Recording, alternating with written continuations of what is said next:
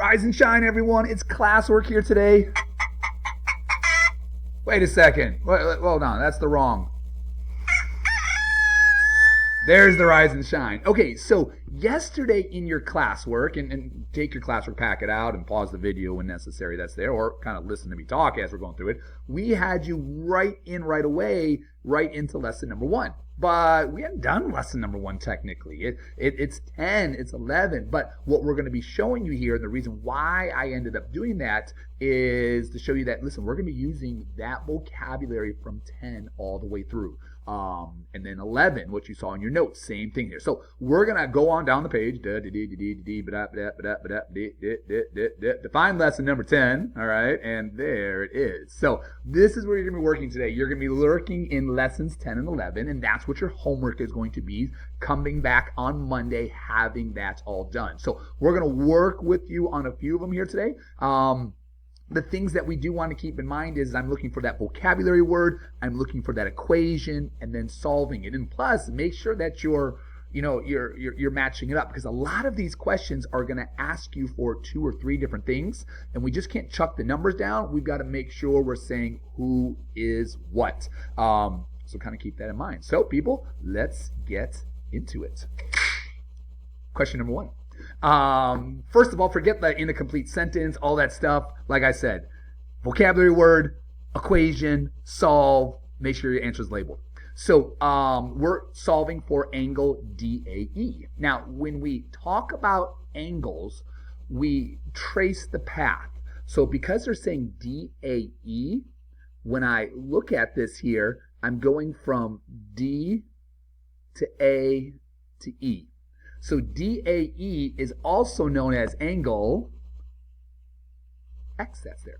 So do watch for that, and that's in between. We'll work on that more next week. So that's what we're looking for. So what we want you to see here as you're trying to figure this out is, okay, I've got 65 degrees. I've got that 90-degree angle. The big thing here is, do you see that straight path of points, that line that's there? That's where my alarm's going off, and we're talking about supplementary angles. Again, we can abbreviate supplementary with sup, that's there. The angle symbol, that is a legal mathematical move. That looks like an acute angle, apostrophe S. Yep, supplementary angles. And the reason why is it has to add up to that 180 degrees. So equation-wise, I've got an X plus a 90 plus a 65, excuse me. All right, and all of that has to equal 180. We'll let you take the equation from there, and then you can go ahead and end up solving that. Pause the video if you want, and then, let's jump into question 2. In a complete sentence, no thank you, no thank you. We're not doing that here. All right, so again, we're solving. We're trying to find the measure of angle QPR. All right, so going from Q to P to R. They're also naming that as, angle F that's there. So, all right, again, do you see the straight line? Yeah, so all of that has to add up to 180 degrees. So here we go. I know that I'm dealing, got to get my word down. We're dealing with supplementary angles again. You're going to use supplementary angles a lot. You're going to find that your go-tos are going to be supplementary and vertical. Like that's going to be like who you're always looking for first. And then we'll start to see some of the other people that are showing up here. So, so I got an F plus 154 plus another F is going to give me that 180 degrees. So using your solving equation skills, we're going to add those F's together because we're combining like terms. So you've got a 2F plus 154 equals 180. Remember, we do want to see the work that's here, so we'll throw this one at you. I do want to see you're subtracting 154 from both sides. All right. If you need to come off to the side to rewrite it because you run out of room, I get it. That's there. We get it. Equals 26. Divide by 2. F equals, in this case, it would be 13. Now, again, that's F that's there. It's also as QPR. I would accept that there if you told me F equals 13 because I do have it labeled there. We'd also like to get used to saying that angle QPR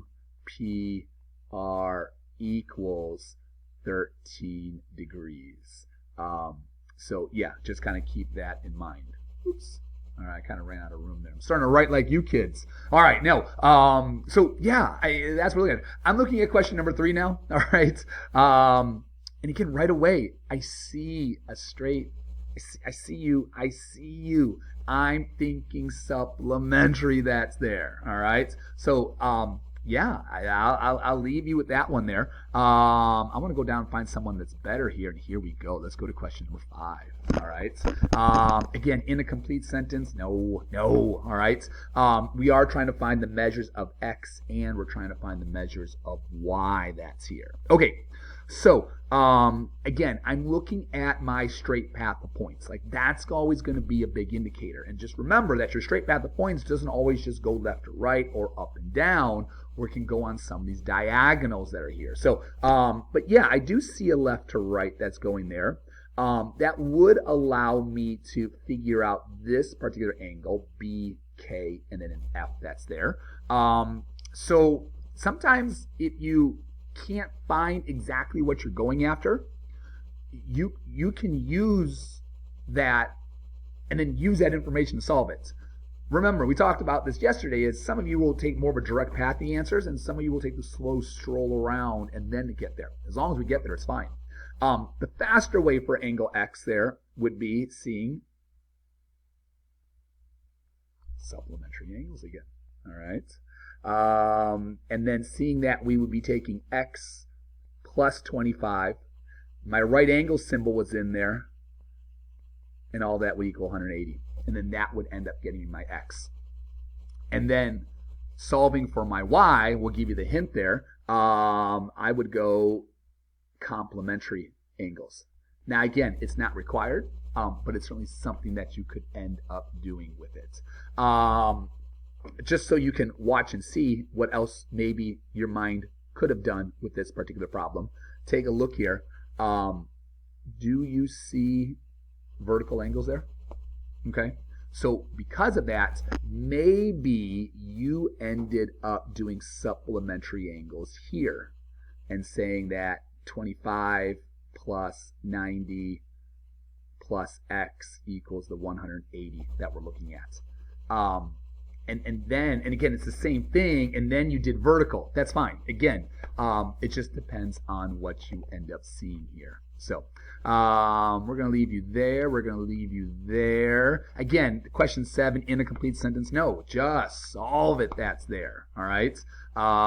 Get that vocabulary word down there. So I think we're good with that. Yeah, there's a lot more that goes along with these guys here. You'll see a lot less notes, and because you've got the notes, it's more of the classwork you'll see for your homework that's there as well. So we're going to leave you. We're going to do, here we go. Question number 9. Okay, these are ones we have not seen yet, so we do want to be aware of. It says the ratio of the measures of a pair of adjacent angles on a line is 4 to 5. Okay, so there's a lot that's going on here. First of all, we've got a ratio, all right? We've got adjacent angles. They are on a line, all right? So there's my line. Okay, they're adjacent, which means that they're next to each other. Now, I don't know the size of them there, so I'm just going to kind of put it there. And I can see my two angles are right next to each other there. And they're saying it's 4 to 5. So because the ratio is 4 to 5, it's a ratio, which means it's going to have a constant. Now, we don't know what that constant is, so we call it x. So when we look at it, this one would be 4x. This angle would be 5x. Now, I chose that one as the 5x because 5 is bigger than 4, and that angle is bigger. That's there. So what this allows me to do now is to set up my equation. I know that 5x plus 4x is going to have to equal 180 degrees. And again, on a line, there's your 180 degrees there. 4 to 5, so it's 4 times as many, 5 times as many. So the big thing here is when you solve this, you're going to get, well, let's see here. 9x equals 180, divide by 9, x equals 20. Not the answer. That's what x is. So now I can come on back in, and now I can, 5 times 20, 100 degrees. All right.